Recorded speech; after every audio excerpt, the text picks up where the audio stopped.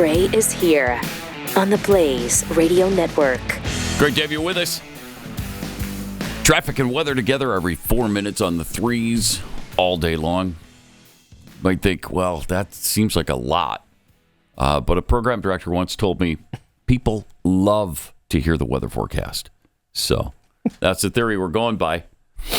I mean, sure, now there's, the Weather Channel, your cell phone, your iPad, Siri, Alexa, Google, and the thermometer in your car.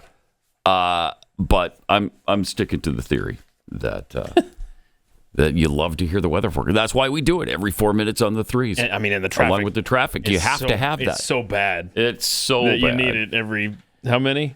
Every 4 minutes on the threes. On the threes. Yeah. So you can count on that with us. You can count on that. I don't think any other show in the world. No. We'll give you traffic and weather together every 4 minutes on the threes. Nope. So we're pretty proud of that. Yesterday morning, President Trump once again answered any and all questions from the press. I mean, I think he's already done every day, man, more press conferences in 2 weeks than Biden did in 4 years. Jeez. He talked about the U.S. getting ripped off. Every single one of those countries is dying to make a deal. You know why? Because they're ripping us off really badly. Mm-hmm. And the United States is tired of just being ripped off. Right. And that's why we have $36 trillion in debt. We have it for a reason, because we make bad deals with everybody.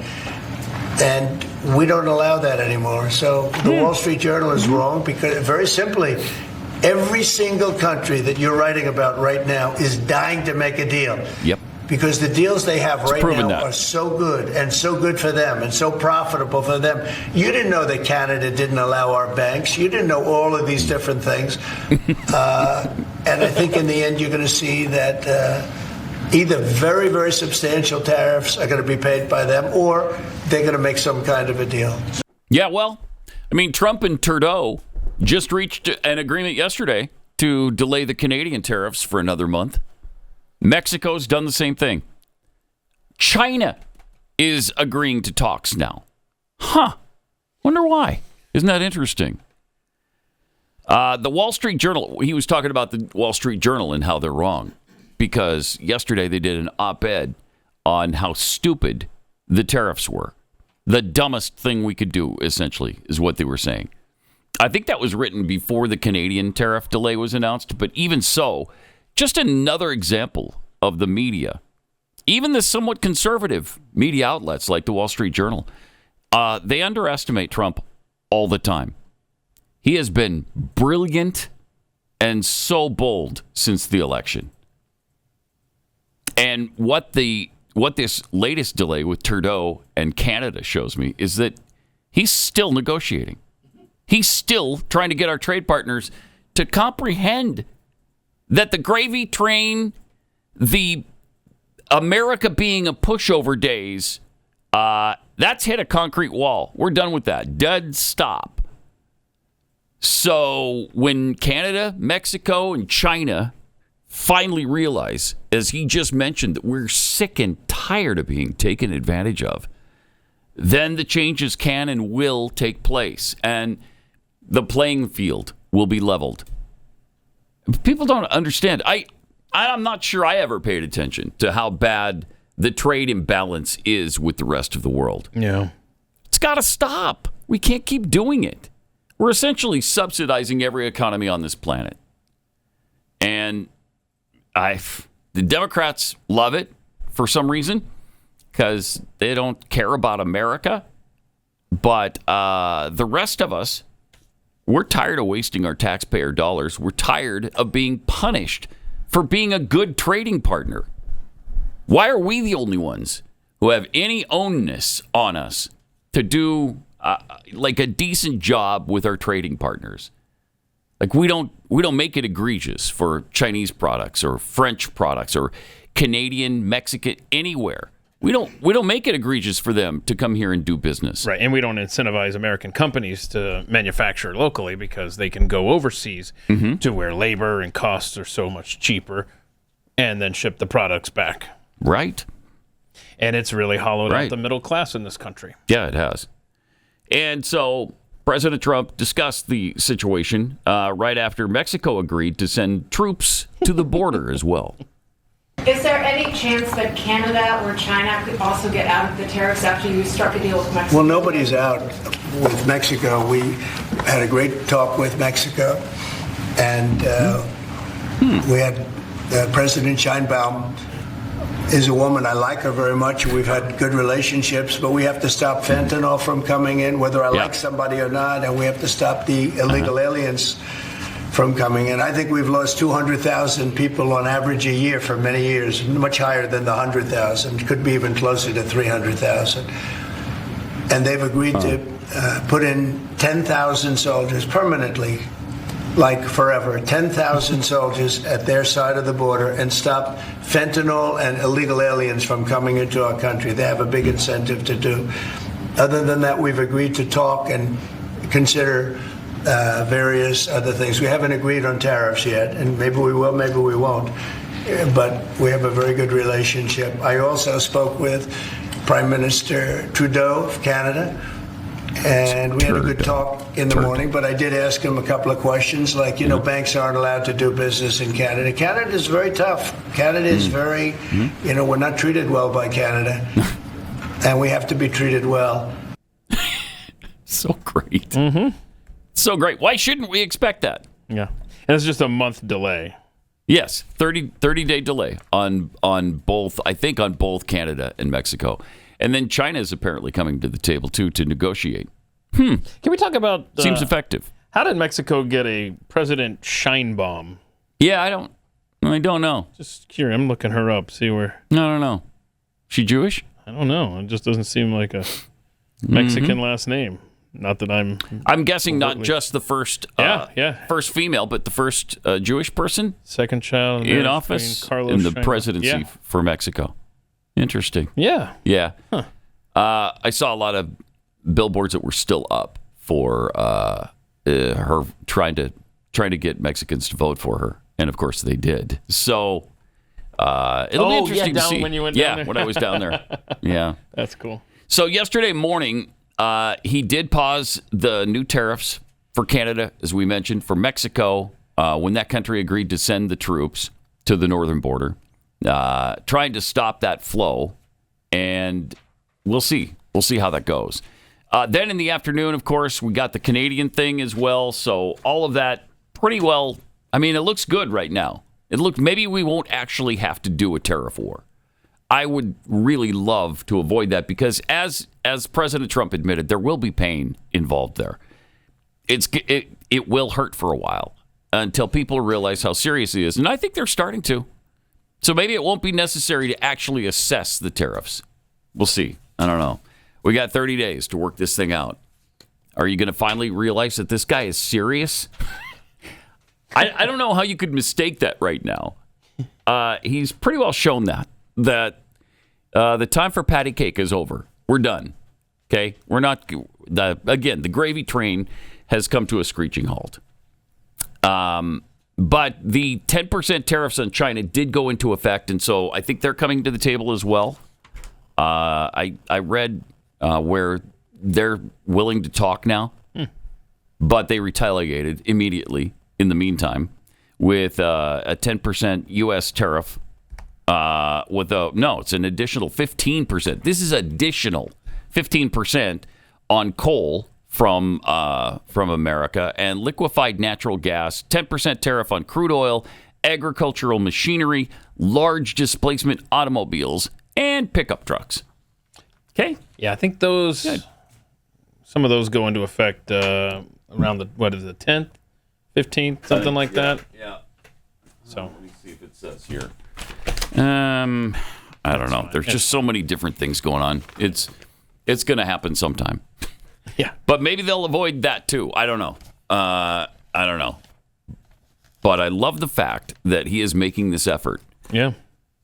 How many times have we ever seen a president do this much this quickly with all the things that he promised during the campaign? I mean, one thing we've said for the 9 years that he's been seeking public office or in public office is that there is no questioning that this man loves this country. Yes. And will do whatever it No takes doubt. to restore us, to make America great again. Mm-hmm.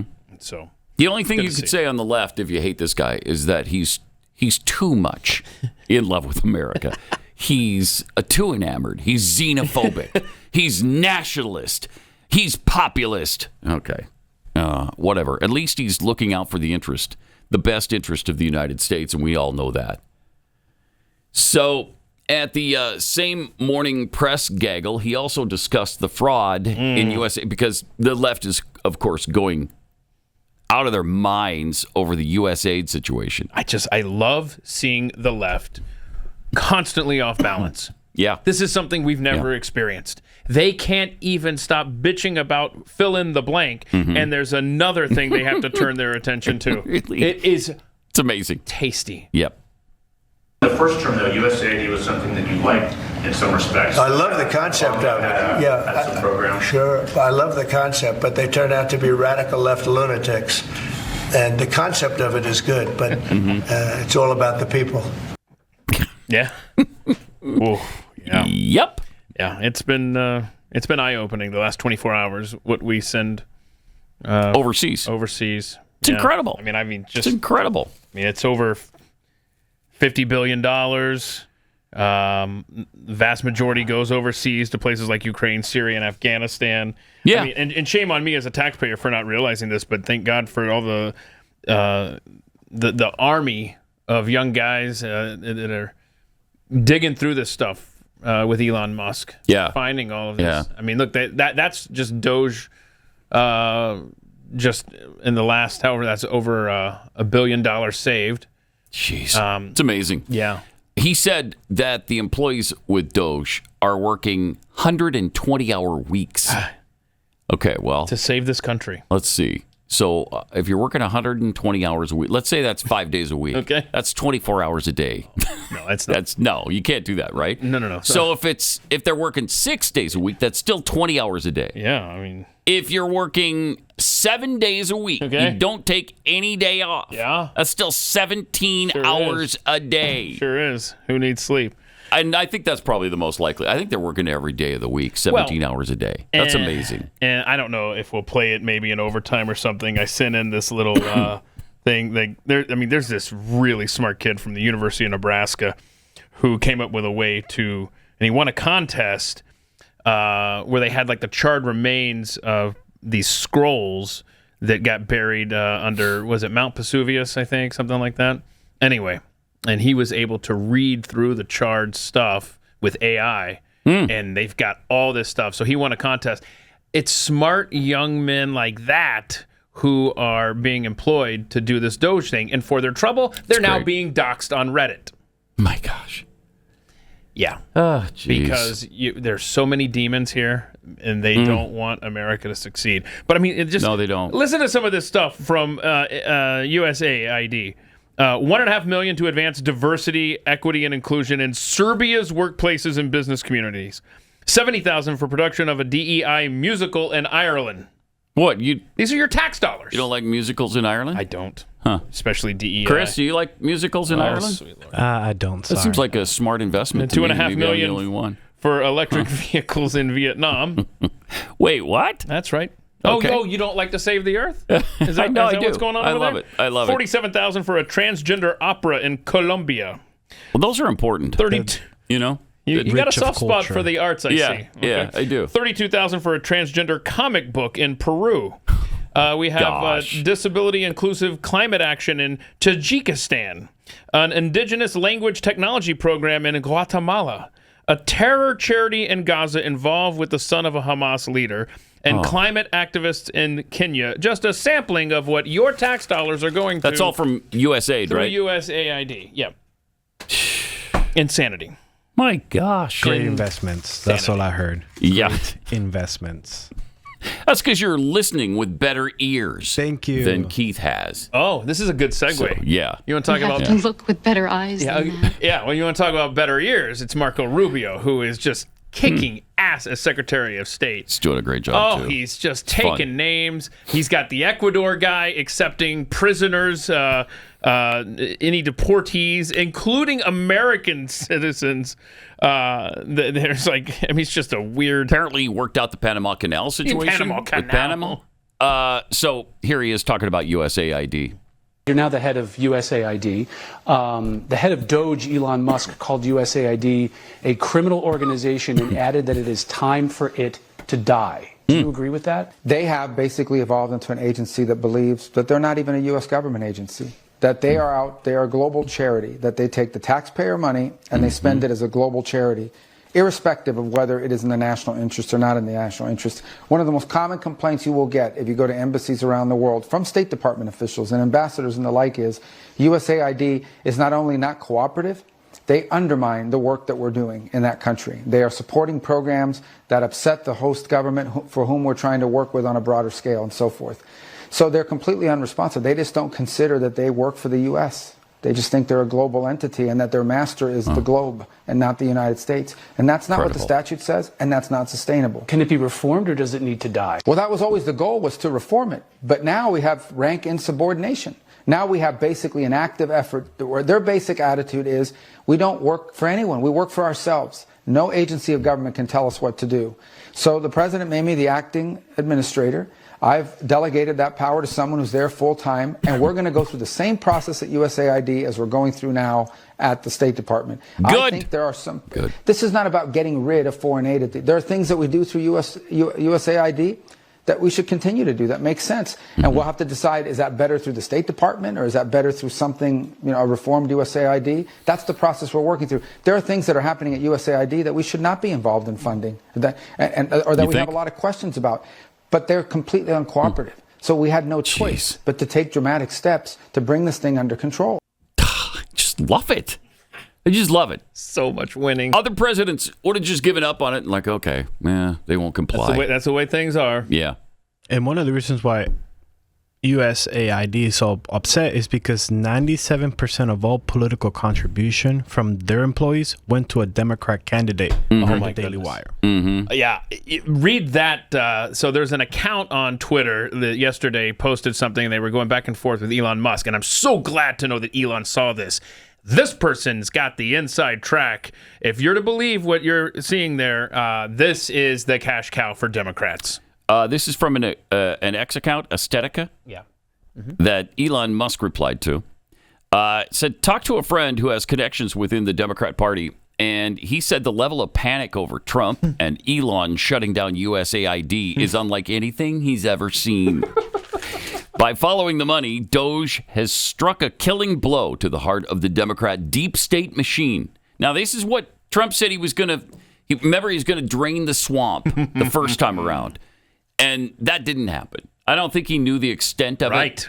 He does now. Right. And so that's why we're seeing the kind of bold activity that we're seeing. Direct quote. This is worse than 9/11 for Democrats. USAID is the primary vessel they use to achieve their political agenda.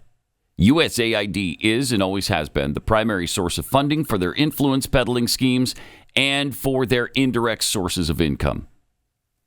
Another text. Based on the reactions from within the party, it seems to me that dismantling USAID is Trump's biggest political victory to date.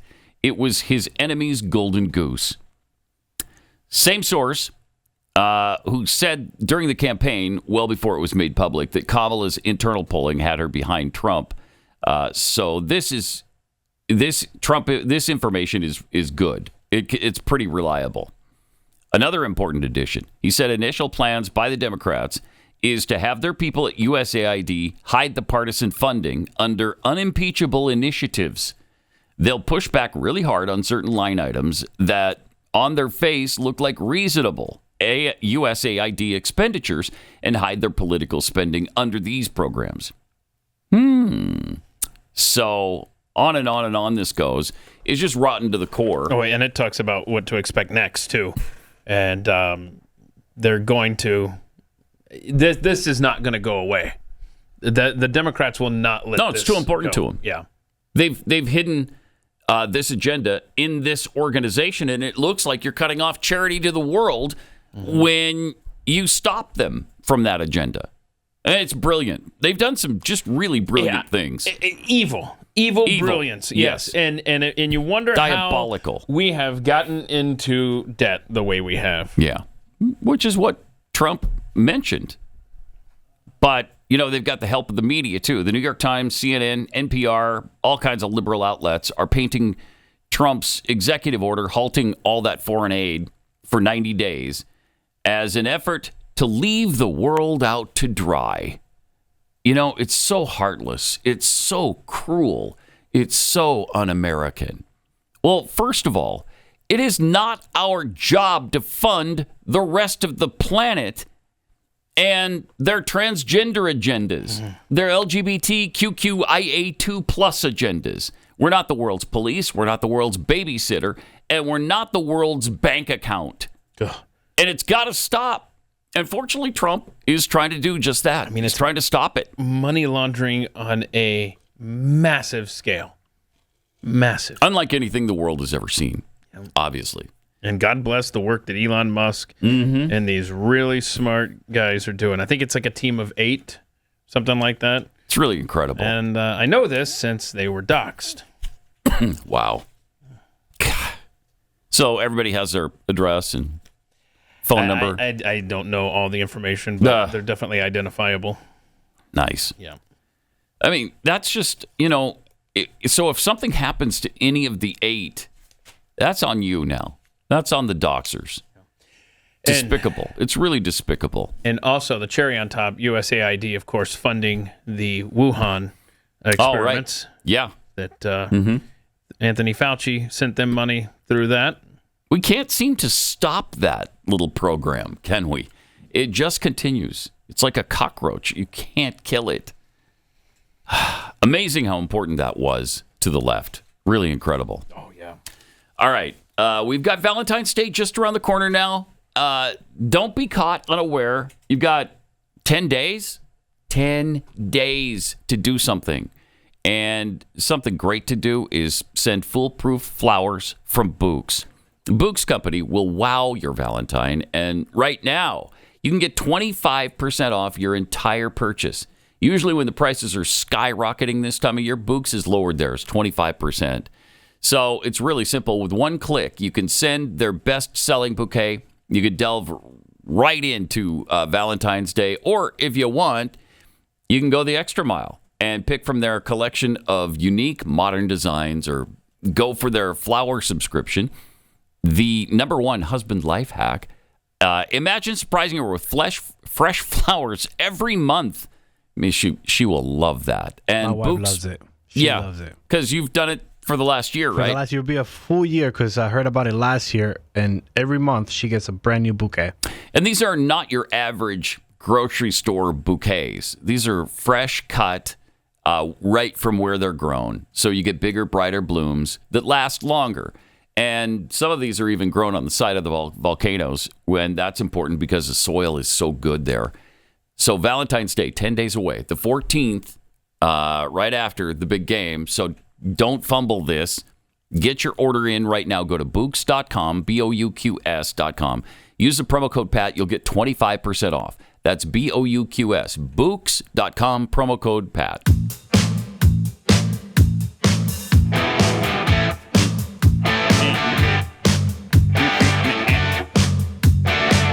And now, Pat Gray returns.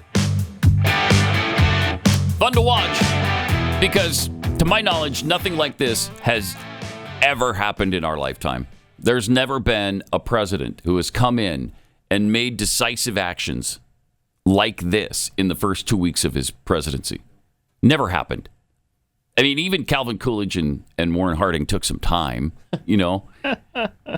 They did incredible things and cut spending by 50%, and then the next year another 50%.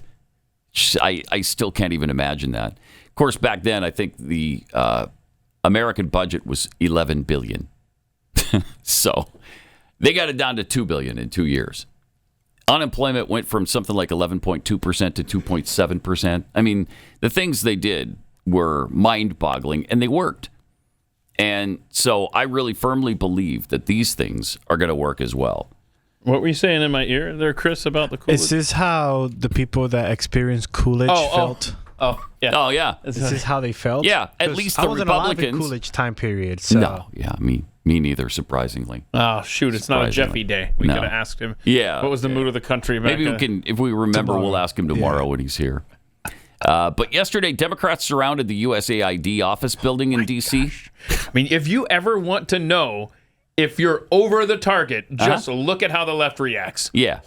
And who's front and center? Elon Omar. I am exceptionally upset about USAID. So? I lived in a refugee camp for 4 years as a child surviving civil war. Mm-hmm. It is the essential programs that USAID provided that kept my family and I fed and safe. It is the resources that so many people around the world rely on. So glad and it you're is here our now. soft power. Ooh, she's pissed. Oftentimes, people interact with our country through the military. That does not create love for us, and it certainly does not keep us safe. When the world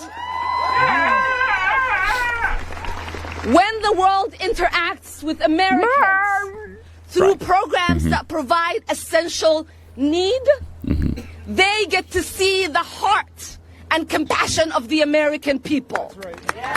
Right, yeah, what she said. When someone is struggling because their bridge broke down, when USAID comes in and helps fix that bridge, that creates goodwill for the American people. Yeah.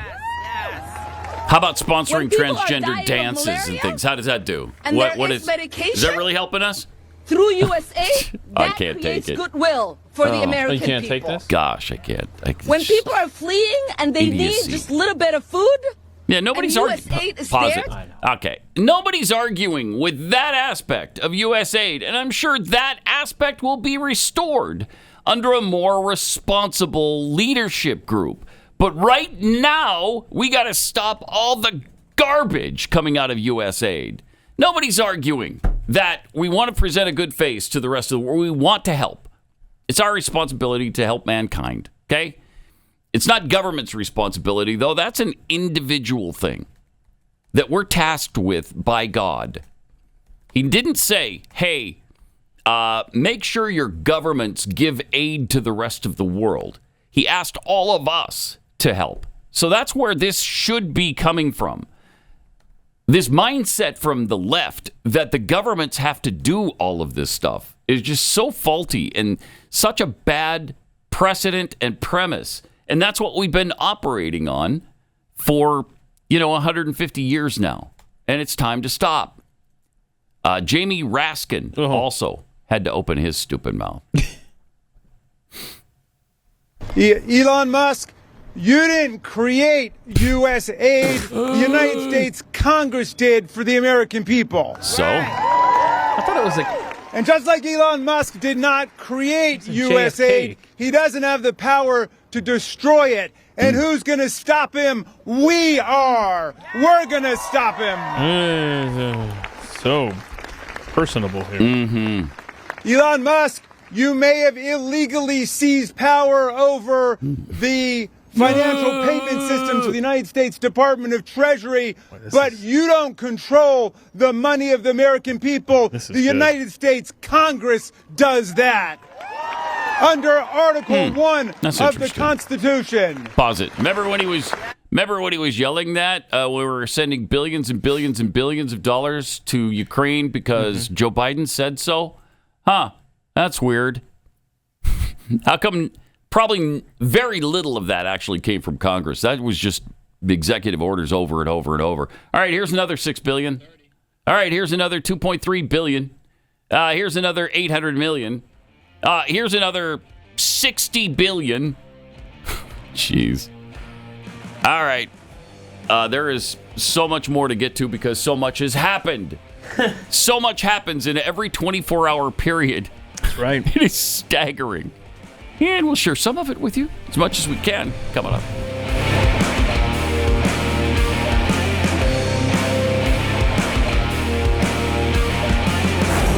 Pat Gray Unleashed.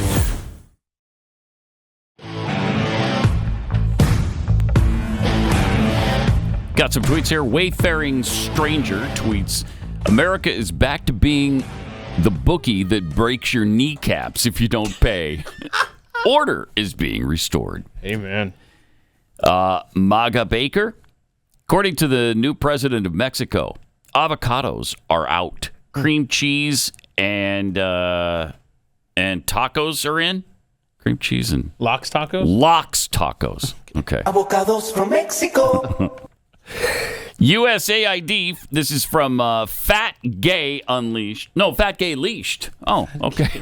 All right. USAID is the grown-up equivalent of using your dad's credit card to buy stuff for a pretty girl in the hopes that she'll like you. That's really the way they've made it sound here, especially Elon Omar. Just incredible. So we outlined a few of these expenditures that are coming from USAID. This is what these people are crying about. We've frozen some of these funds that are going overseas just to review exactly what we're doing here as a nation that is $36 trillion in debt. Seems prudent to just take a minute and look over your expenditures. If you're deeply in debt, what family wouldn't do that? Well, a stupid family wouldn't do that. Because eventually, you're going to have bad credit. You're going to lose your home. You're going to lose your possessions. It might break up the family. And then they show up out front of the USAID office yesterday like a bunch of crack addicts, bunch of junkies wanting their fix. Yep. And it's like, methinks you doth protest too much. And they're definitely onto something here. Well, we talked about some of these things. Just a reminder and a little reinforcement. Here's Caroline Levitt on what was going on at USAID. You're watching live coverage. Through USAID over the past several years, these are some of the insane priorities that organization has been spending money on. $1.5 million to advance DEI in Serbia's workplaces. $70,000 for a production of a DEI musical in Ireland. $47,000 for a transgender opera in Colombia. And that one. $32,000 for a transgender comic book in Peru. I don't know about you, but as an American taxpayer, I don't want my dollars going towards this crap, and I know the American people don't either, and that's exactly what Elon Musk has been tasked by President Trump to do, to get the fraud, waste, and abuse out of our federal government. Thank you, guys. Wasting no time. She didn't even mention the $2 million for sex changes and LGBT activism in Guatemala. $6 million to fund tourism in Egypt. Shouldn't we allow the Egyptians to do their own tourism promotion? Incredible. Hundreds of thousands of dollars for a nonprofit linked to designated terrorist organizations, even after an inspector general launched an investigation into that. Millions to Eco Health Alliance, which was involved in research at the Wuhan lab. Hundreds of thousands of meals that went to Al-Qaeda. Well, the Al-Qaeda affiliated fighters in Syria. Funding to print personalized contraceptive birth control devices in developing countries. Good. You want your name on that? Yeah, you do. You really do. Because what if developing countries didn't have contraception? Why, they might have babies and we can't have that. Right. Then we'd have to fund all their abortions. So, you decide. What do you want to fund first? Hundreds of millions of dollars to fund irrigation canals, farming equipment, and fertilizer used to support the unprecedented poppy cultivation and heroin production in Afghanistan, which benefits the Taliban. It's one of their biggest revenue generators. Yeah, that one's never made sense. And in the 25 years we've been over there, and it does if you're trying to fund a constant war on terror. But anyway, I digress. Yeah. So, and keep in mind, as you're reading these off, how you doing in North Carolina? Yeah. How you doing in East Palestine? Which, by the way, J.D. Vance was at yesterday. It's the anniversary. Yesterday was the 1-year anniversary. It's amazing. Jeez. Well, the North Carolinians got their $700, right? Did they get that? Yeah. Then what are you belly aching about? Maui, how you doing? What does it cost to get back on your feet again? Generational wealth right there. Right. So that's for their kids, their grandkids, their great-grandkids. That'll be passed down for a long time to come, unless you're just going to squander it. It's inconceivable what's happening here. And there was more from Caroline Leavitt as she recapped Donald Trump's first 2 weeks in office. We are 2 weeks in, and President Trump is already delivering big wins for the American people. Let's go through the facts. On the border, President Trump declared a national emergency, deployed the military, ended catch and release, and reinstated Remain in Mexico. And already, illegal crossings are down 95%. We are resuming construction of the border wall, and Colombia's president is now offering his own plane for deportation of illegal Colombian immigrants. Jeez. On the economy and energy, President Trump unleashed American energy, declared a national energy emergency, and killed Joe Biden's radical electric vehicle mandate. Wall Street is booming, AI investments skyrocketed to $500 billion, and there's $20 billion flowing into U.S. data centers across our country. President Trump is restoring law and order. He labeled the drug cartels as foreign terrorist organizations, and he is deporting criminal illegal aliens, and he signed the Lake and Riley Act into law. Draining the swamp, President Trump signed more than 45 executive orders. DEI has been purged from the government and our military, and lazy federal workers have been ordered back to the office. And when it comes to free speech and transparency, President Trump took 12 times more press questions than Joe Biden did in a week, reinstated 440 silenced journalists to the press room, and ended government censorship. Promises made, promises kept, and we're just getting started.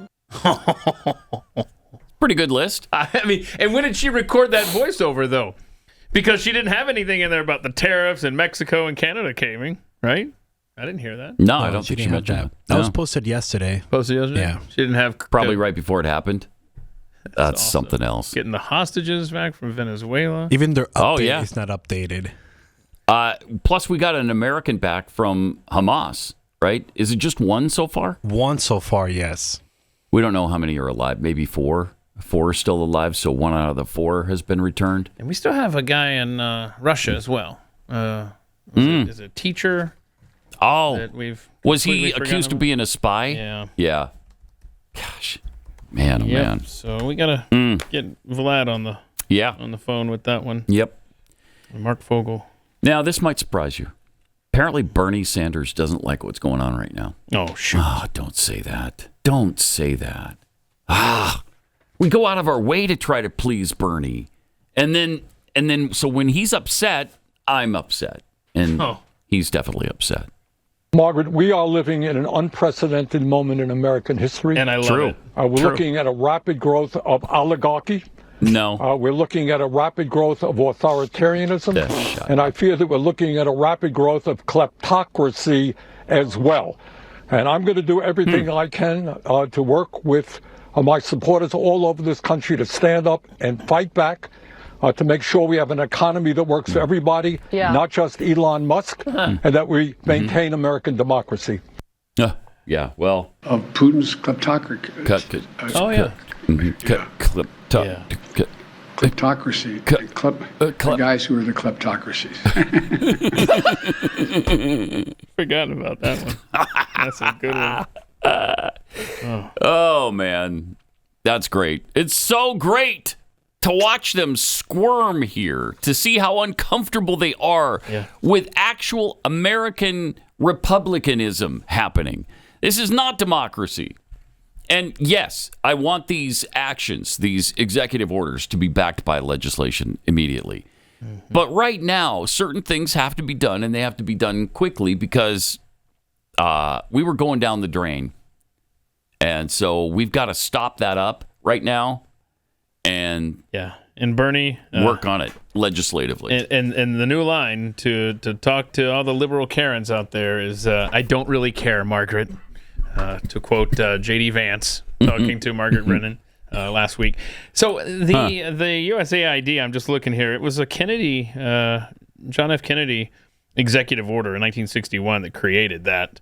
But later it was changed to become its own Okay, but that agency. didn't start with Congress No, either. it started with Bill Clinton in Congress in 1998. And, of course, I mean, just, it's so diabolical how they have, they create something in our beautiful country, and then they use it to take advantage of us. Yeah. And it's so sad when it's happening from within, from It's really our own politicians. it's a really brilliant plan. It sure is, man. And I'm just glad that so insidious that our eyes are opening to it. Mm-hmm. Thank you, Elon Musk, through Yep. Donald Trump. Yeah. All right, guys, let's be honest here. There's a lot of ways to show love, but one we can all agree on: the love of sound. And when it comes to premium audio that keeps up with you, Raycon's everyday earbuds are the perfect match. Whether I'm at the gym, which is, gosh, so much. Oh, yeah. I mean, so often. I am at the gym like you can't believe I'm at the Tell gym. us. Like, in fact, it's hard to believe I'm even here right now because usually I should be at the gym. Yes. Well, you're doing your cool down right now. Yeah. And then you're cool right back. Yeah. But right now I'm obviously grinding here at work. And I can't be listening to my Raycon earbuds right at this second. But, man, do I love them. They stick in your ears. They stay in your ears. The sound is so great that you're going to love these. There's nothing worse than earbuds that slip out of your ear continually. Ugh, hate it. It drives me out of my mind. Yeah, yard work's impossible. You're sweating and stuff. It is. Or, if you're just on a flight, then... And they keep dropping out of your ears and you continually have to put them back in. Drives me out of my mind. That's why I love these so much. One of the great reasons. They have the premium quality sound, but they stay in your ears because there's a whole bunch of these gel tips, and they have a size that fits virtually any ear. And you compare them on your phone. You can compare them with your iPad. You compare them with TV. They're just fantastic. And you get lots of battery charge, and it takes just a few minutes to recharge them. You can focus on what really matters this Valentine's Day by getting her the gift of earbuds. They even come in sleek colors. Personally, I love the navy blue. Love how they sound. And if you don't absolutely love them, no problem. Raycon's 30-day happiness guarantee has you covered. So go to buy Raycon, B-U-Y, Raycon.com/gray. Get up to 20% off site-wide right now. That's buyraycon.com, B-U-Y, Raycon.com for 20% off everything.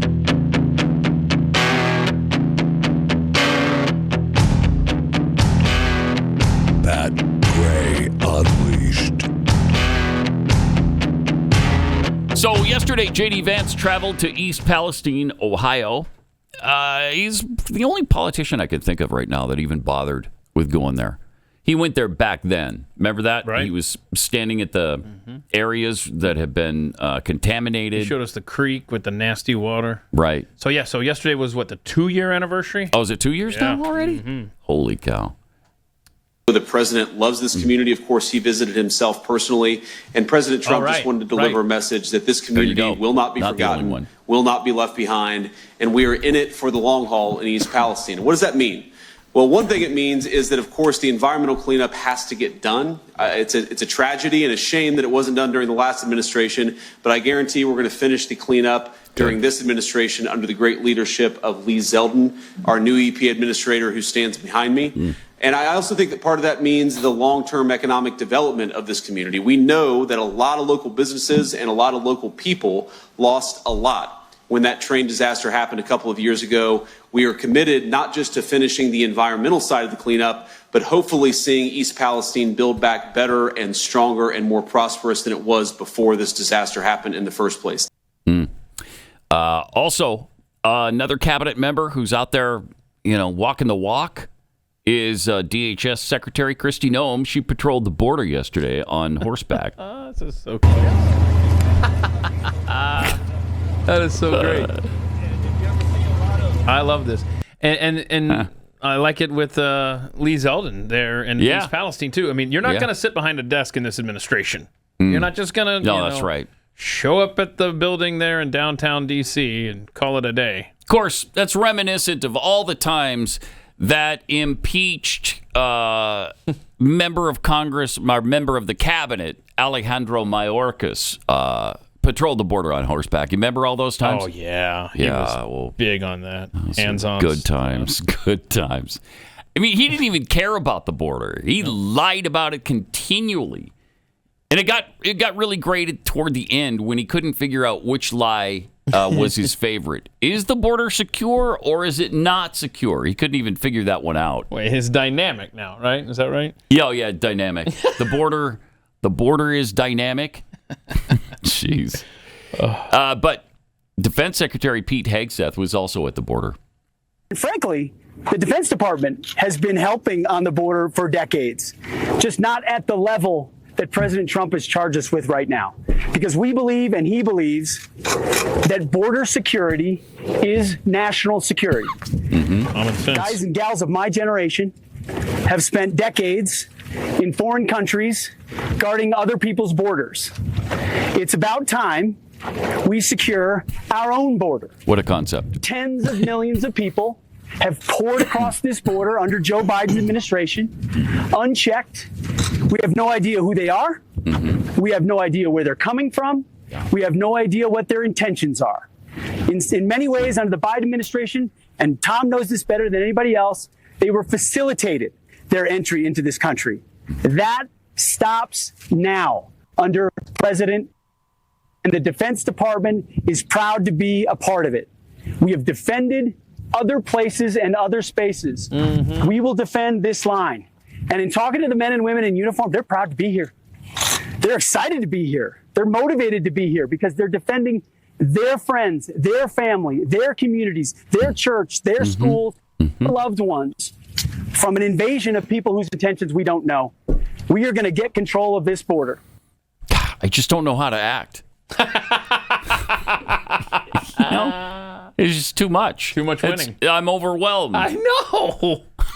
So as giddy as we are at all this stuff, the inverse for the left. Yes. I just love it. No question. I just love it. Yeah, I mean, they're experiencing what we had to go through for 4 stinking years. Or decades. Or, yeah. And it was other than that 4-year period between 2016 and 2020, then we had 8 years of Obama. So we've had a rough go of it. Yeah, and lately. Tom Homan appeared there in overtime today. There's a couple of individuals that he has had deported through ICE that you should put the pause button on. Okay. 2 individuals overtime today. More coming up. Pat Gray Unleashed.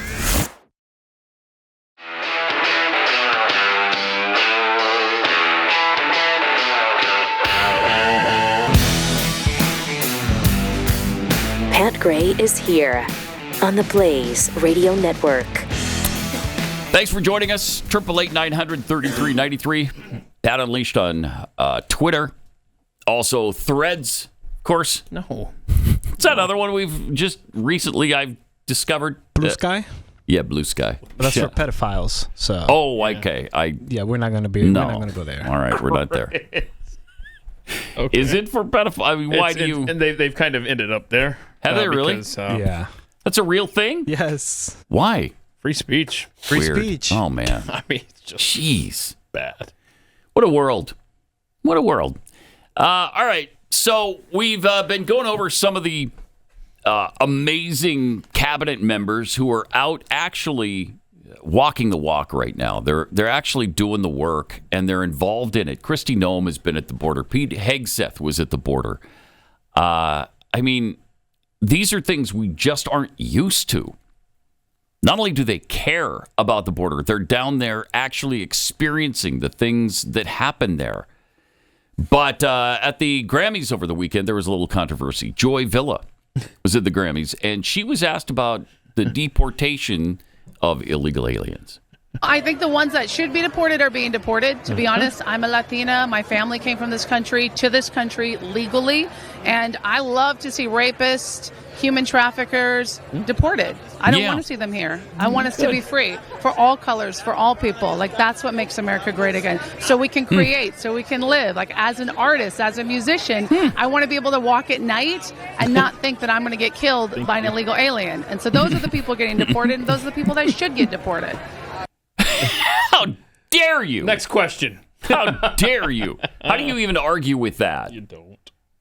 A, she's a Latino herself, or Latina. She's a female Latino person. Yeah, whatever happened to Latinx, by the way? Yeah, that's kind of gone away, hasn't it? Because I think a lot of... They really catch on. A lot of Latinxers are offended by that term. Latinos do not like Latinx. No, they didn't like Sounds that. Kleenex. Yeah, man.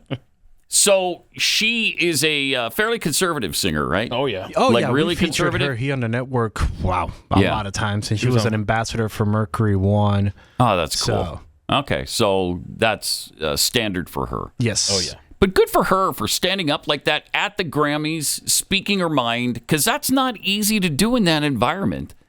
You know, you're almost alone with that thought process. But what are you going to say to her? She's, of that ethnicity. Are you going to call her a racist? It's going to be tough to make that one stick. Also, real girls.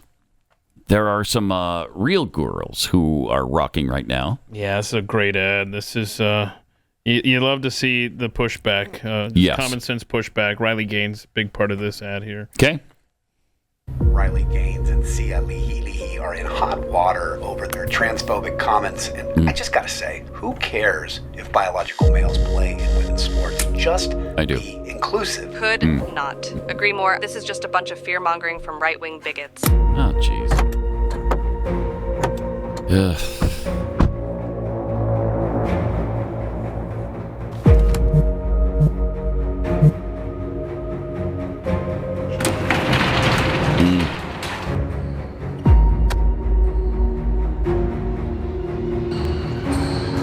I'm glad they're showing how they train their whole lives. I mean, that gets lost in all of this. I mean, these girls have been doing this their entire lives and then have a man show up.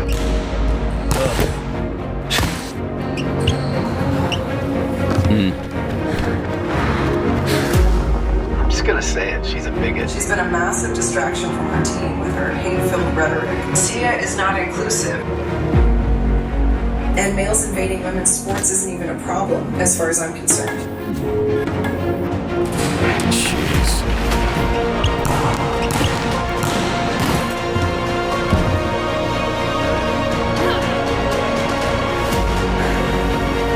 These female athletes just need to work harder. And not blame others for their lack of success. Jeez. As the captain, Sia is very much responsible for these boycotts, which have cost her team a playoff bid. Guess we'll see how Sia handles all that pressure tonight.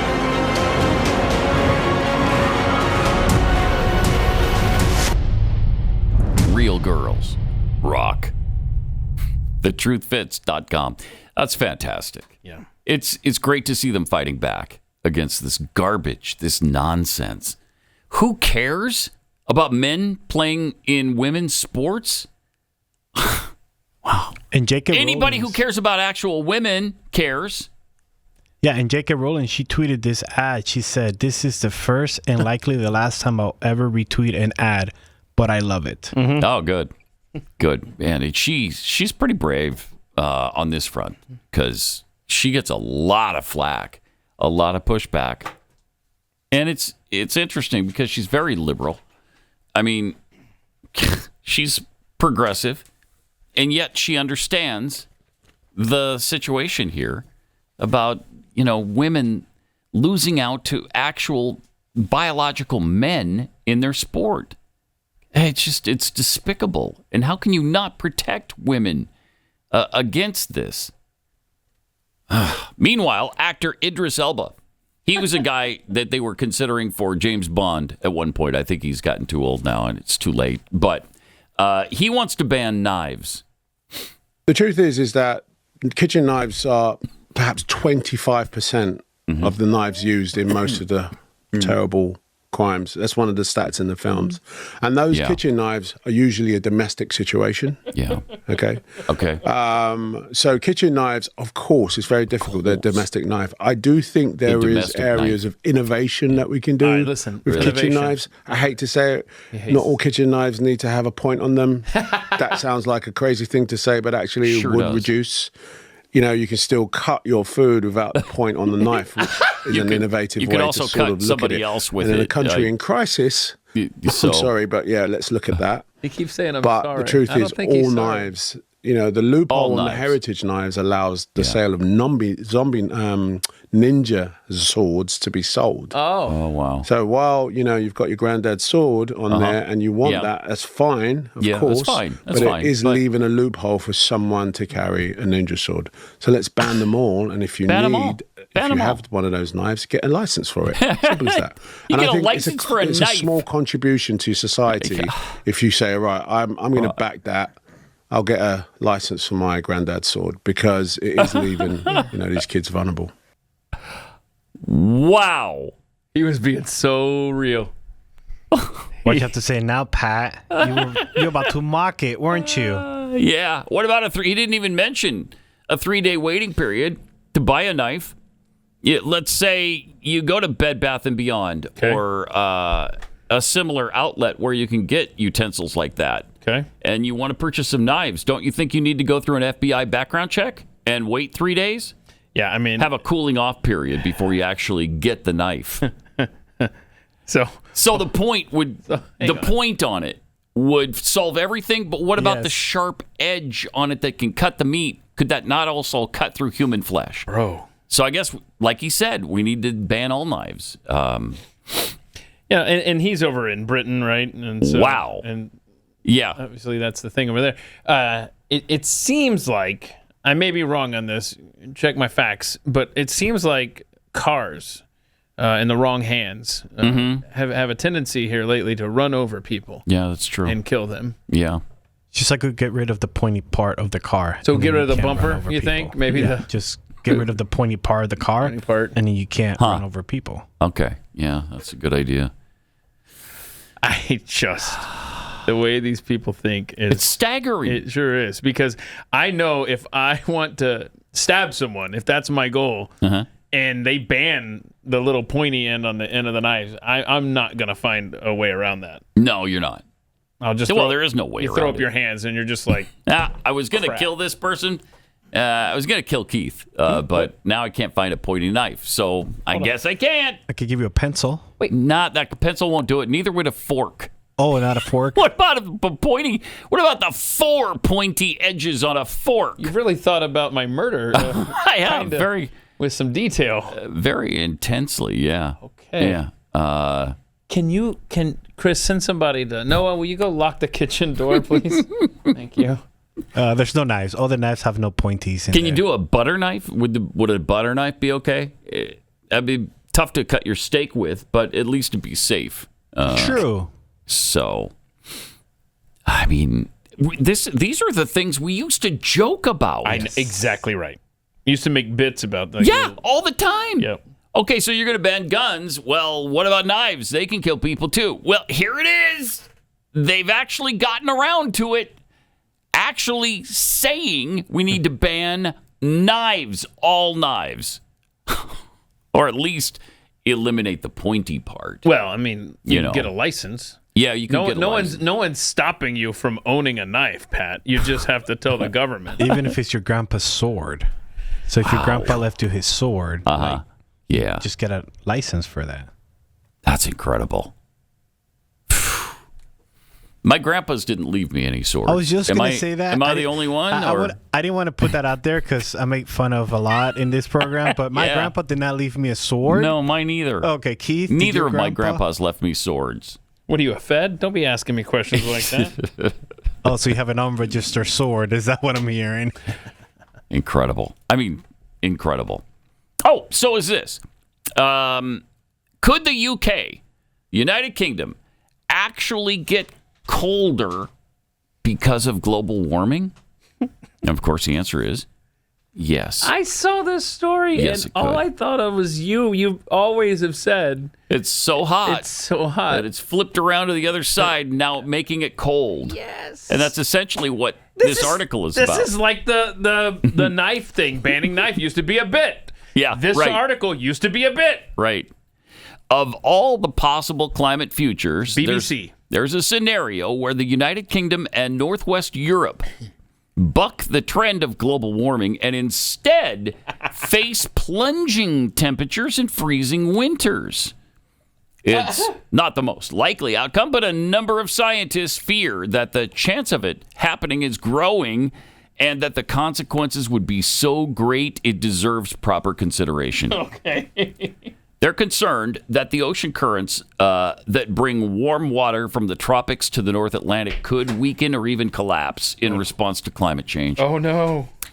Huge uncertainties remain about when or even whether a collapse could happen. So how likely is it, and what would it mean?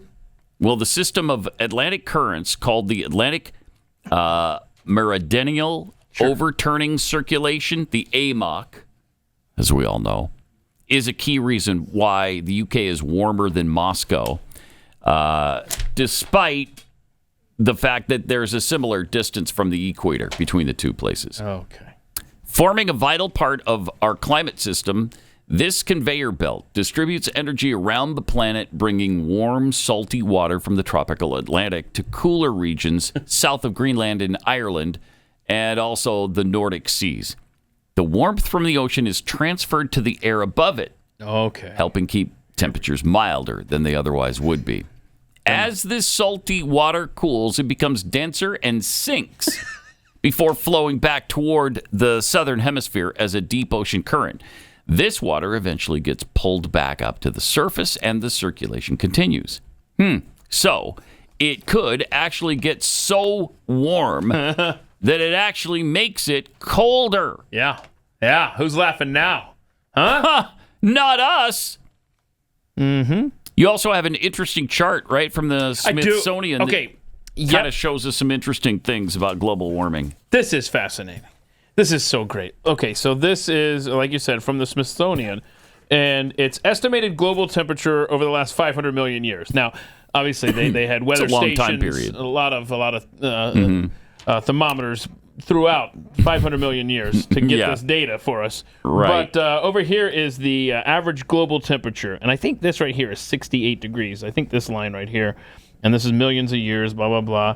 And above this line is the world without polar ice caps. Oh. Below this line is a world with polar ice caps over the last 500 million years. As you can see, we've been a little bit warmer. Just a tad. And look, there's ice ages. Oh, wow. Cool. Look where we're at now. Look where we're at right now. So we're hot. No, we're not. No. And we have polar ice caps. So sorry, ignore the coffee stains on here. That's not part of the chart. It's not as warm as it has been. No, it's in many, many, many other periods of this planet. Right. If you're listening, we're well below still the world with polar ice caps area here. Mm-hmm. So long way to go. We're colder than the average global temperature of the last 500. So then we're hot. Incredible. Again, you're not grasping the concept. Not getting. But when you see the peaks in the warm periods, those are the times when SUVs were being sold at a higher rate. So we had a 500 million BC model SUV. Yeah. I bet that thing's worth a lot. Oh, yeah. That's a classic. If you can find one that's still running, it's worth a fortune right now. And so until they finally got like the emissions inspections and stuff under control around 400 million years, that's when we were able to bring down the pollution. And then Trump took over and got rid of all those regulations and then spiked up again. And that's, exactly right. It's a fascinating chart right there. That's incredible. Yeah, I've never seen that before. That's really fascinating. All right. In the past, I've talked a lot about Jace Medical. If you want a quick refresher, Jace provides different cases full of emergency medications so that you have them the second you need them. It comes in a little package just like this. You get peace of mind. Don't take my word for it. Let me tell you about what Heather had to say about her Jace case. She immediately knew this was something she'd been missing in her life. She said the process is really easy. All it takes is just to go to Jace, to get a Jace case, is just to go online and fill out a simple form. And so this really fit her lifestyle. It made it possible for, if her kids get sick and she's not near her doctor or her pharmacy, she can get that taken care of. It's an easy process. The form is really simple. They just want to make sure that you don't have allergies to any of the medication they're sending you. You can get add-ons like ivermectin, EpiPens. Just go to jace.com, enter the promo code PAT10 at checkout, and you'll get a discount on your order. That's promo code PAT10 at jace.com. This is Pat Gray Unleashed.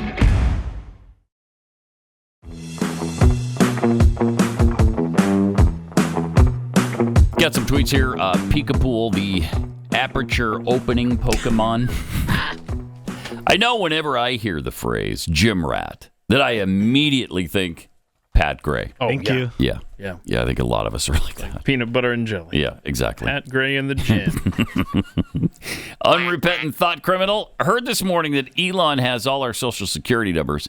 So he now joins the long list of everybody else who's had them for years. Right? I will never forget my dad storming out of a Blockbuster video because they wanted a social security number. Those were the days, man. It's technically illegal to even ask for it. You're not supposed to do that. And but we've long since forgotten about that. So true. Bunter Hayden, pardoned crack connoisseur.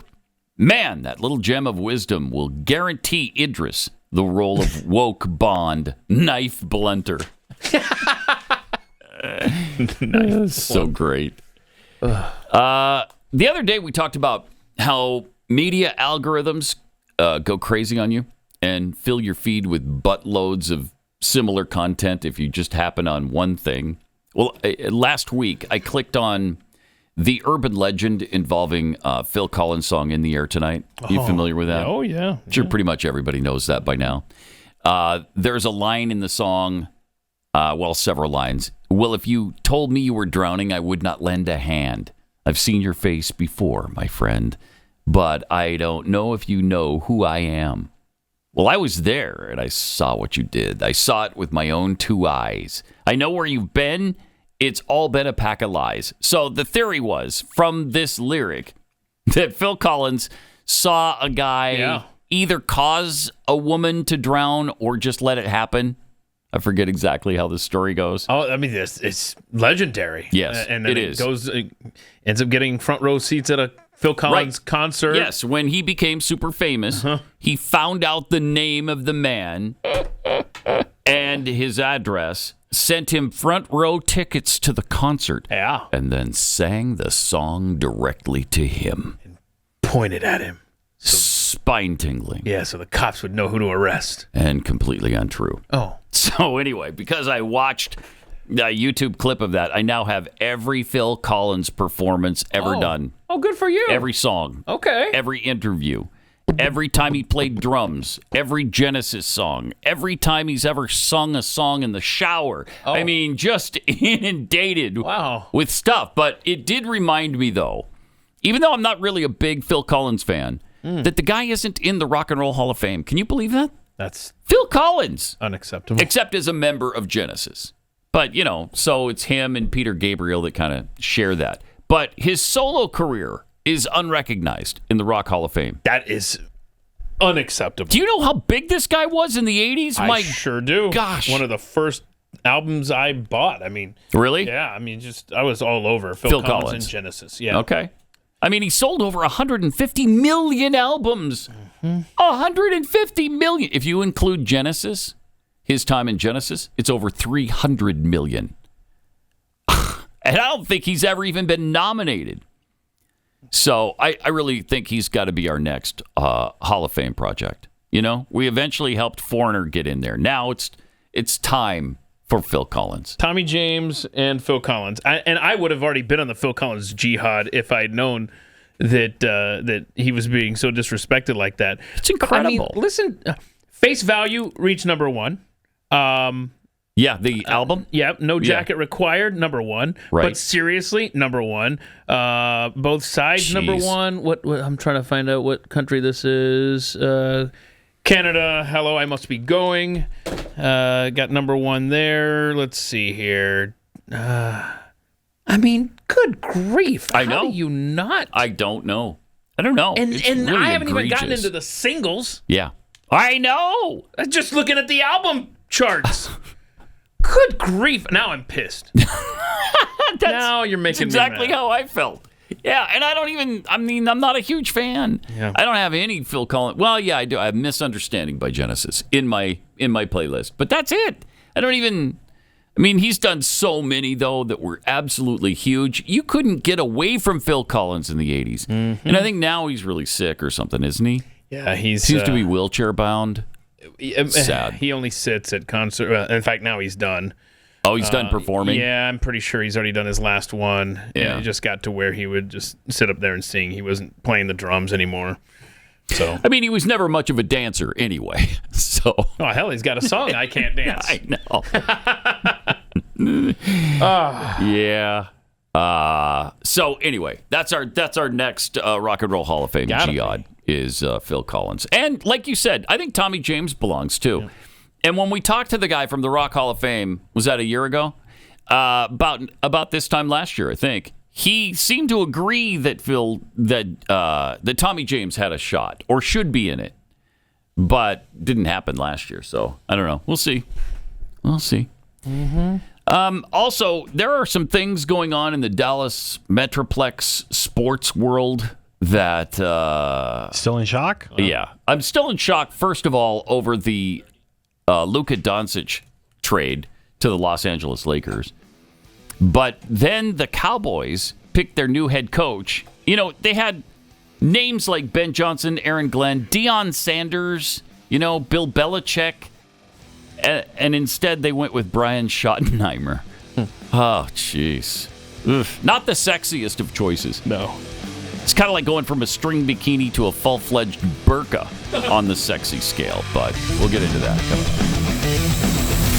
This is Pat Gray Unleashed.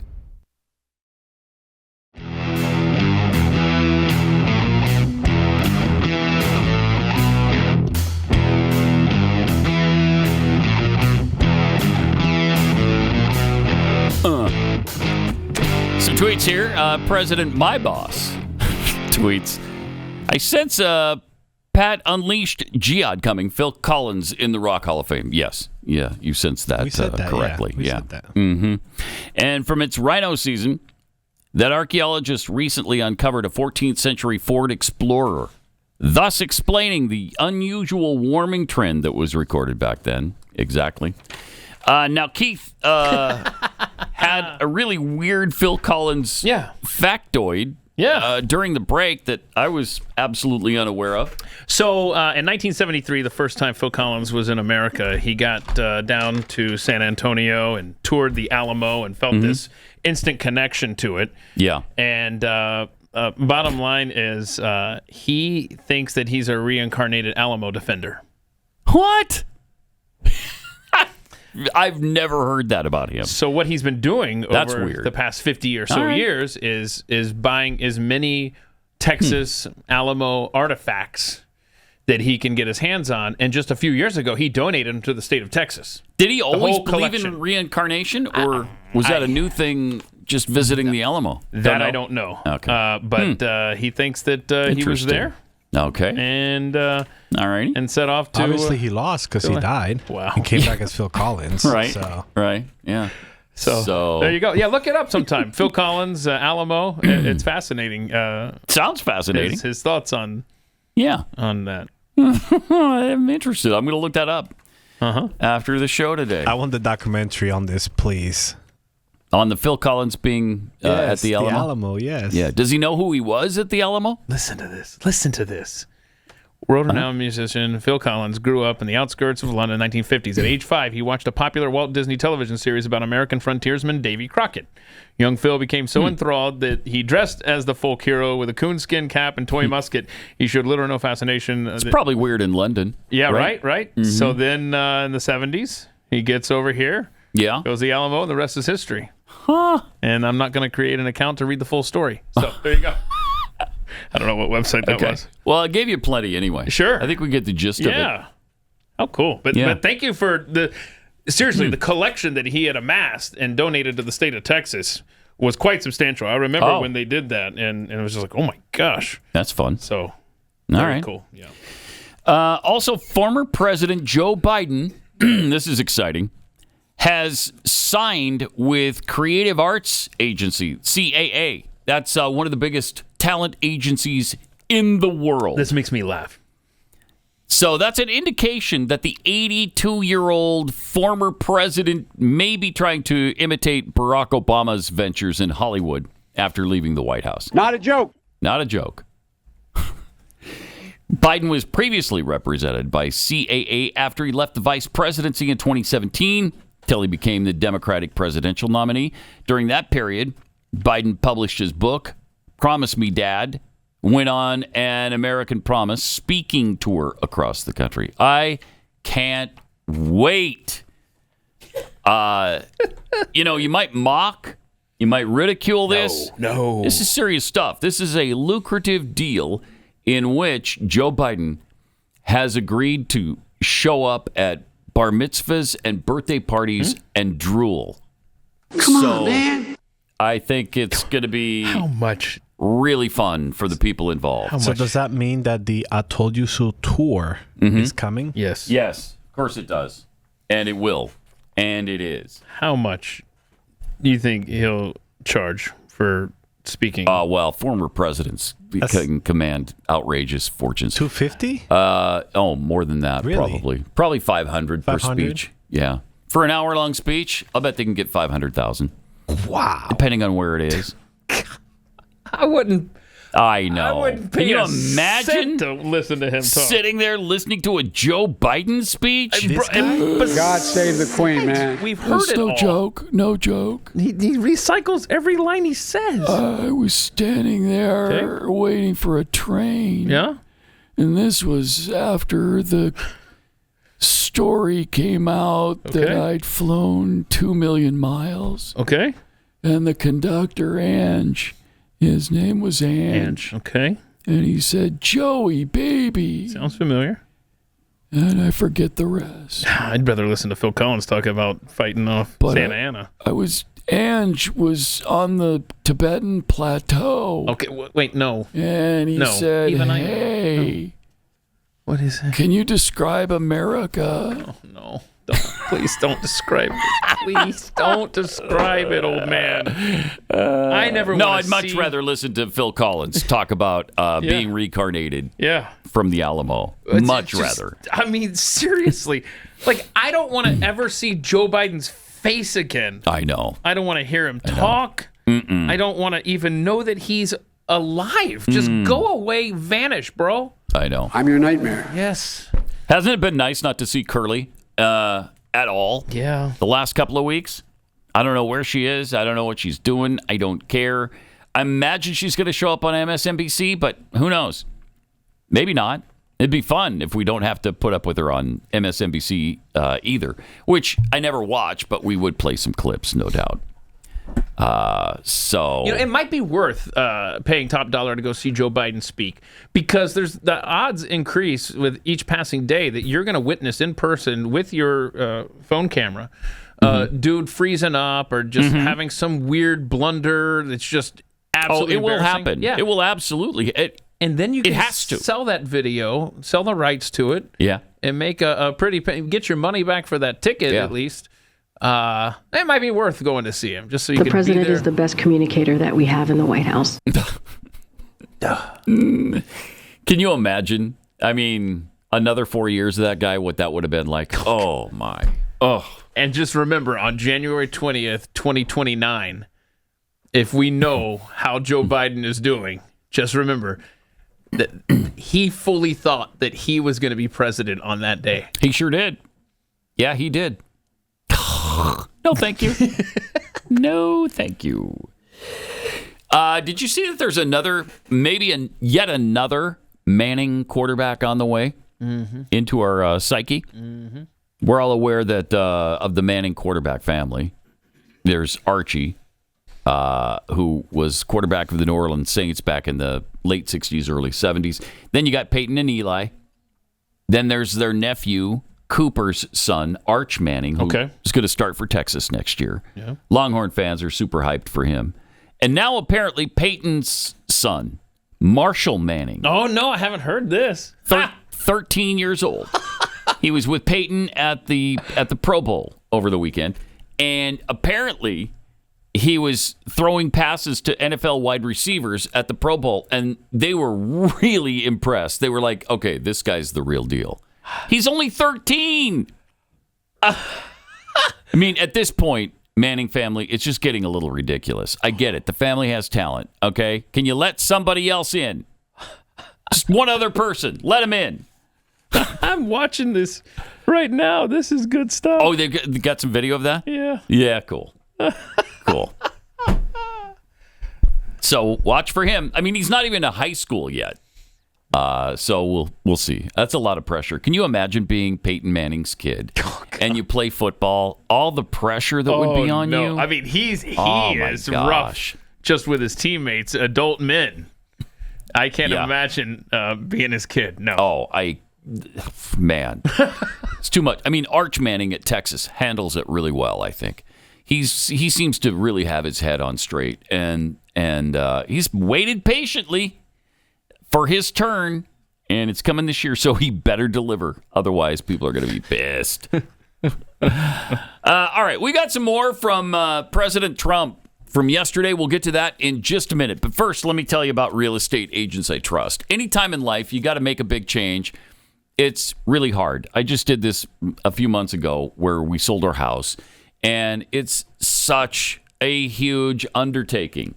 And the stress is incredible because, you want to get the most for your home, and you have to make all these decisions on what to change, how to get it ready for sale. Should I leave it the way it is and just take our chances? Or do we need to remodel a little bit, update certain things? That's where a great realtor comes in, because they'll give you the advice that you need from real estate agents I trust. These are agents who have great track records and really know the market, really know what buyers are looking for. And conversely, when you're buying a home, they understand where you want to be for great school districts and great neighborhoods and places where your kids will have friends and all of those things. And it all depends on your realtor. Real estate agents I trust. These are carefully vetted. They're fans of the show, so you're going to have things in common with them.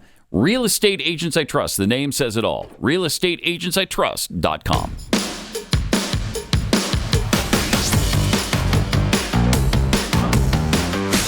This is Pat Gray Unleashed. It is.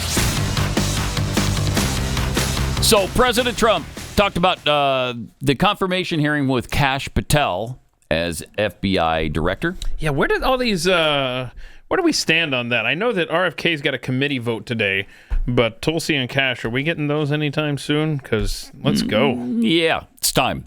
I mean, they're trying to derail all of these people. Democrats just want to be contrarians. And some Republicans. But I think I just heard, is it Susan Collins is on board with Tulsi, yes. I think. Right? Correct. And in fact, I saw a thing this morning when I was scrolling through, who was it with Sean Hannity last night? I feel like it was John Kennedy. Senator John Kennedy was asked if he thought, after talking with his colleagues and so on, did he feel good about those three nominations? Kash Patel, FBI, Tulsi Gabbard, DNI, RFK, HHS, and he said, yeah, I think they're all three going to be confirmed. So hopefully. Yes, please. All right. And here's what President Trump said about Kash Patel. We have to have pristine, beautiful, perfect law enforcement. And what we want to do, and Kash is the one to do it. He's the one guy that is going to do it.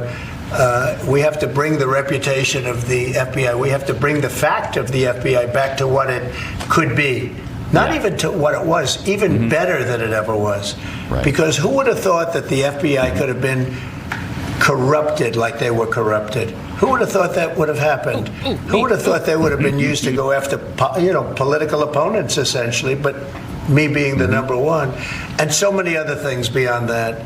And they've been hurt very badly, and we'll see what happens. But Kash is the one to do it, and I hear he's doing very well. Kash will straighten it out. We have great confidence that we can make the FBI great again. Okay. And I think he will. I think he really will. And he also had an update on Doge. Well, he's got access only to letting people go that he thinks are no good if we agree with him. And it's only if we agree with him. He's a very talented guy from the standpoint of management and costs. And we put him in charge of seeing what he can do with certain groups and certain numbers. Some of the numbers are horrible, what he's found. Think of it, $100 million on condoms to Hamas. Condoms to Hamas. And many other things that are frankly even more ridiculous. And they're finding tremendous waste, really waste, more than anything else, I think you could say. Probably fraud and abuse could be added to it, the more standard waste, fraud, and abuse. But they're finding tremendous amounts of really bad things, bad spending. You've been writing about some of it, frankly, and some of the things that they've been doing is just terrible. Elon can't do and won't do anything without our approval, and we'll give him the approval where appropriate. Where not appropriate, we won't. But he reports in, and he makes sense. It's something that he feels very strongly about, and I'm impressed because he's running obviously a big company. It has nothing to do if there's a conflict that we won't let him get near it.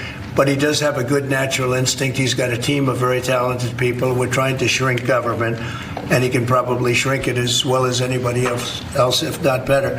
Where we think there's a conflict or there's a problem, we won't let him go near it. But he has some very good ideas, and we have a lot of very other talented people also. We're bringing in the most talented people in the world. Yeah. Now, media outlets covering Trump's speech yesterday and for days now have been calling that the condoms to the Taliban or to Hamas. They've been calling that debunked, right? That initially it was reported as 50 million, not 100 million. But all of them claim it's been debunked. Did even one of those outlets ever use the word debunked? When the debunked claim that Trump called soldiers buried at Normandy suckers and losers, did any of them say that was debunked? No. Did any of them ever admit the Russian hoax was totally debunked? Nope. How about the debunked claim that Hunter Biden's laptop came from Russian agents and it wasn't Hunter's? Did they mention that was debunked? I mean, you could go on and on and on. It's just the hypocrisy in the media is unbearable. Yep. I'm just looking here on those committee votes today for the nominations. RFK and Tulsi. I thought Kash was today as well, but that one... But they're voting on RFK and Tulsi TBD. today? Yeah. I'm confused by RFK because he testified for two committees. Does he have to then... clear two committees? That's what I don't know. And how did they determine that? Anyway, but yeah, big votes today. All right. You got to get out of the committees, and I don't trust that Bill Cassidy cat on RFK. We shall see. And then and then there was like one guy. What was his name? Who was giving Tulsi crap? Is that Jerry Moran? I think another Republican who hesitated. I want to make certain that in no way does Russia get a pass in either your mind or your heart. I mean, stop. I mean, just these people. That's just asinine. When you got Republicans like that, why do you need Democrats? That's right. I mean, Democrats have gone so far as to call her a Russian agent, which is just preposterous. But it's typical. It's typical of the way they do business. I mean, that's okay. I mean, all of us have been called, fine. Don't worry about it. Have been called Putin sympathizers because that we dare challenge, what we were doing with Ukraine funding. Right. So I got it. How dare you question the Ukraine funding? Well, here's President Trump on the Ukraine deal. We're telling Ukraine they have very valuable rare earth. We want what we put up to go in terms of a guarantee. We want a guarantee. We're handing them money hand over fist. We're giving them equipment. Yes. European is not keeping up with us. They should equalize. And look, we have an ocean in between. They don't. It's more important for them than it is for us. But they're way below us in terms of money. And they should be paying at least equal. They should really be paying much more than us, but let's say equal to us. And they're billions and billions of dollars below. So we're looking to do a deal with Ukraine where they're going to secure what we're giving them with their rare earth and other things. And other things. I love it. Like what other things? I don't know. Let's go.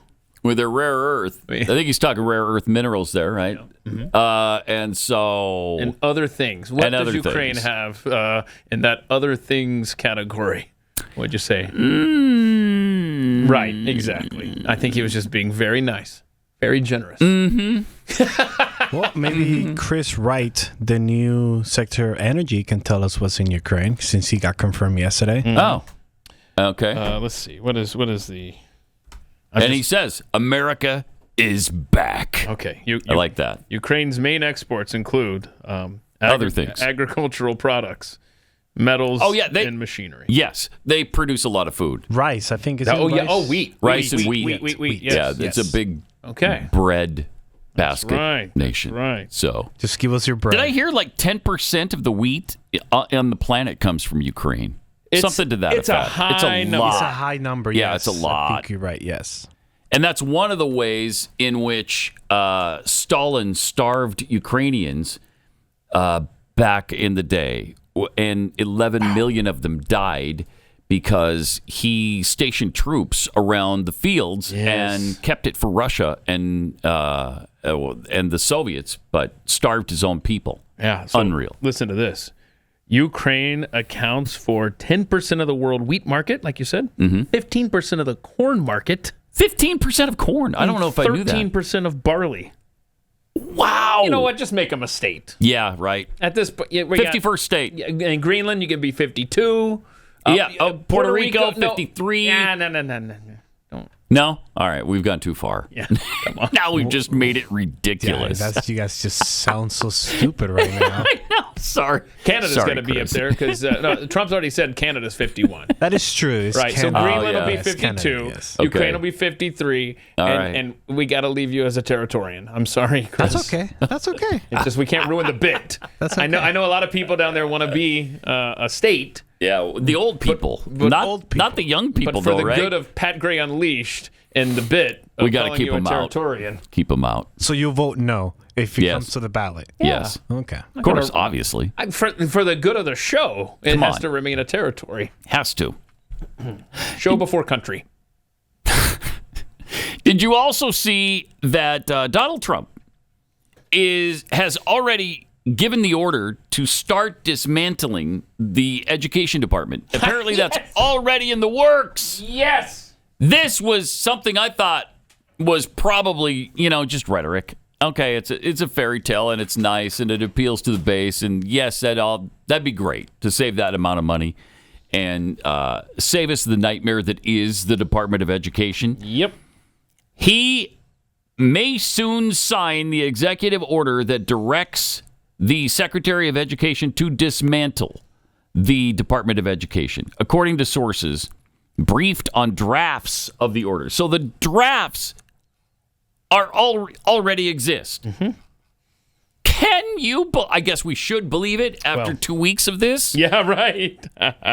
But this one, I thought, okay, that's way down the line, if ever. Because that's just that. Can you imagine how out of their minds the Democrats will be when this happens? Yep. The proposed order gutting the agency is expected to call for the education secretary to submit a proposal for dismantling the department and for Congress to pass legislation to get rid of it. So this is going to be tougher than just an executive order because Congress will have to be involved in this. Will they do it? I don't know. Well, I don't know. In the waning days of the first Trump administration, there was a thing called the 1776 report, the President's Advisory 1776 Commission, January 2021. Now, I printed this up. I've had this for 4+ years now because this is how American history... I don't remember talking about that. I might have mentioned it, but this is how American history should be taught to the young people in this country. And 5 minutes after Biden was sworn in, they took the webpage down. We talked about all the web pages that get taken down. And I knew that was going to happen, which is why I printed up this report. And so I'm hoping that this comes back now, because this is how you need to... So is that how education used to be done in this country? Is that what it's about? Or is that... It just shows a love of country, real history. Yeah. And instead of like... teaching our kids to hate the country. White people were slave owners found this country. No, it's like it's just like here's a quote from George Washington to give you the tenor of what to expect from this. Promote then as an object of primary importance institutions for the general diffusion of knowledge. In proportion as the structure of a government gives force to public opinion, it is essential that public opinion should be enlightened. Anyway, it's just got great quotes and stuff like that from the founders. Nice. And you're not going to get this from a Biden-Harris administration. No, you're not. And that's why I was afraid that thing's going to evaporate into the ether. Hopefully it comes back. All right. Overtime going to be handled by Keith, and Hillary will be here. I'm going to be filling in for Glenn, who's sick today. But we'll be back here tomorrow, bright and early. And Jeffy will join us. See you then. This is Pat Gray Unleashed.